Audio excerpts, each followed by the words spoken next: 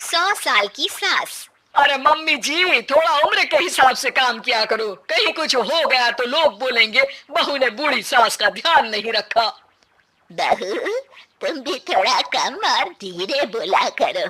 कहीं चिल्लाते हुए कभी कुछ हो गया तो वही लोग बोलेंगे 100 साल की सास भली चंगी बैठी है और बहू बेचारी चलती बनी। वैसे मम्मी जी, दादी बिल्कुल ठीक बोल रही हैं। हैं? क्या ठीक बोल रही है? वो जो कुछ भी बोले वो सास है, पर तुम क्यों बोल रही हो? बहू होकर सास से जुबान लड़ाओगी क्या? ऐसा बोलते हुए निर्मला को धसका उठ जाता है। कहा था ना, मत चिल्ला मत चिल्ला। तुझे बिना सास और बहू से जुबान लड़ाए बिना शांति नहीं मिलती। अरे माँ, दादी की बात सुन लिया करो, तुम्हारे भले के लिए बोलती है ना। अरे कोई भला नहीं, इन्हें बस मुझे परेशान और शो ऑफ करने का शौक है। हाँ। चल झूठी। इस परिवार में 3 पीढ़ी की औरतें रहती है, जिनका हर समय कोई ना कोई अलग ड्रामा चलता ही रहता है, जिससे और किसी का पता नहीं, लेकिन सूरज बहुत परेशान रहता है।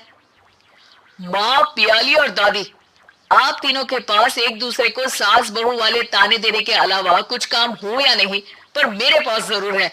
इसीलिए पियाली, जरा लंच ले आओ, मुझे ऑफिस भी जाना होता है।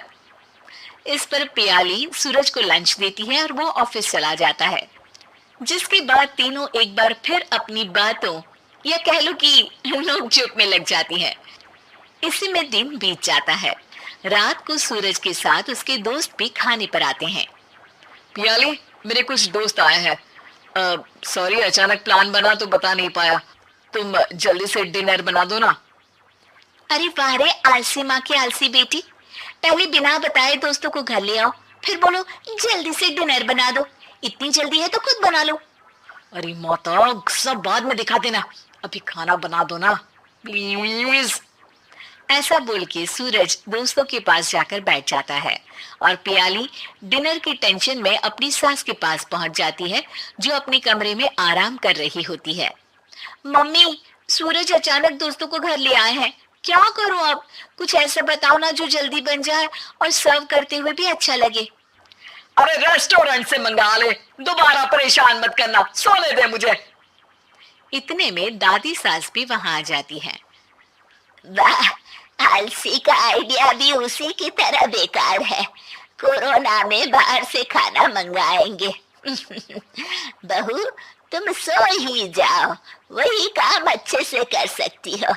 चल पियाली, मैं बताती हूँ क्या करना है। इस पर दादी सास पियाली के साथ मिलकर सारे मेहमानों के लिए खाना बनाती है, जिससे उन्हें ज्यादा मेहनत भी नहीं करनी पड़ती और सबका पेट भी भर जाता है। दादी के इस आइडिया से पियाली और सूरज बहुत इम्प्रेस हो जाते हैं। दादी, क्या यही खाना आपकी इस उम्र में इतना एक्टिव रहने और एंडलेस लाइफ का राज है? वैसे दादी ने आज तक राज किसी को बताया नहीं। इन्होंने ससुर जी तक को नहीं बताया, तभी तो वो ऊपर पहुंच गए और ये अभी तक यही है। तेरी सास मेरे ऊपर पहुंचने का ही इंतजार कर रही है, पर इस आलसी का ये सपना पूरा नहीं होने वाला। क्यों जी, अमर होने का वरदान लेकर आई हो क्या? अमर का पता नहीं, पर लगता है तुझसे लंबा जरूर जी लूंगी। इससे पहले कि दोनों सास बहू में कोई बहस शुरू होती, पियाली बीच में बोल पड़ती है। ठीक है, आप दोनों लड़ क्यों रही हैं? हम तो चाहते हैं कि आप दोनों हमारे साथ हमेशा रहें। पियाली की बातों पर दोनों शांत हो जाते हैं और उनकी लाइफ पहले जैसे चलने लगती है, जहां दादी सुबह जल्दी उठकर कुछ न कुछ काम करते हुए पूरा दिन बिताती है, तो वहीं निर्मला और पियाली लेट उठने से लेकर धीरे धीरे आलस में काम करना और जब मर्जी सो जाने से अपना दिन बिताती हैं। एक दिन निर्मला की सहेली उनके घर आती है। अरे क्यों रे निर्मला, कैसे चल रही है जिंदगी? सब बढ़िया, बस ये बुढ़िया ऊपर जाए तो ज्यादा अच्छा होगा। अरे ऐसा क्यों बोलती हो?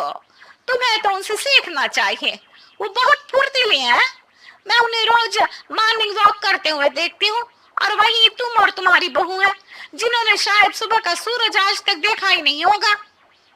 सहेली की बात सुनते ही निर्मला भड़क कर चिल्लाते हुए पियाली और अपनी सास को वहां बुलाती है, जिनके साथ सूरज भी वहां आ जाता है और ये सब देख सहेली वहां से चली जाती है।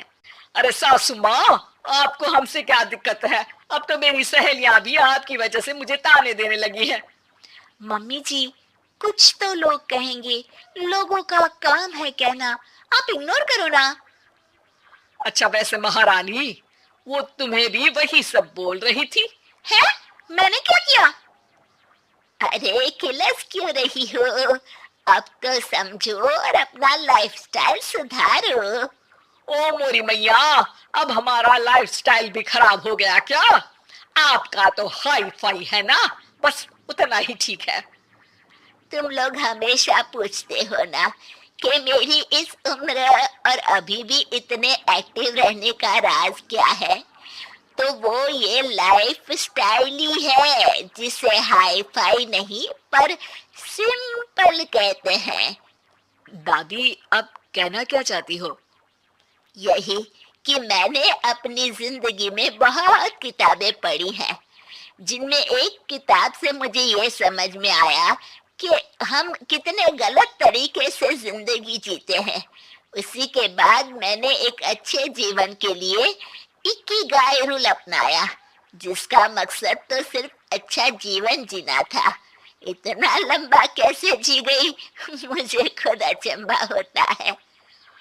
ओह, तो मतलब आप मुझे परेशान नहीं करती थी? वो तो आप करती हैं।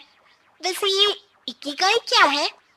थोड़ी रिसर्च खुद भी कर लो आलसियों, सब मैं ही बता दूं क्या?